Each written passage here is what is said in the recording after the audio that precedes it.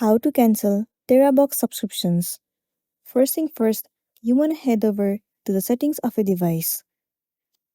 Inside settings, move into your Apple ID at the very top of the screen. Tons of different options will be visible to you, but you need to head over to this option, subscriptions. Wait for a while for it to load.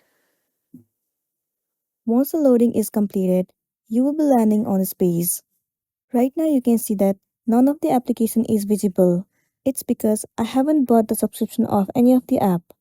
But for you, if you have the subscription of TeraBox, then it will be available to you in this page. Once you have find the TeraBox, click on it. Once you click on it, it will land you on the page where you'll be able to see the option of cancel subscriptions.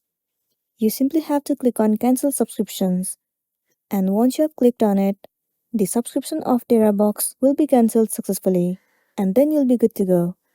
So that's all for today, and this is simply how you can cancel TeraBox subscriptions. Make sure to smash the like button and consider subscribing if you found this video helpful. And if you have any queries, you can drop it down in the comment section below. We'll see you in the next one.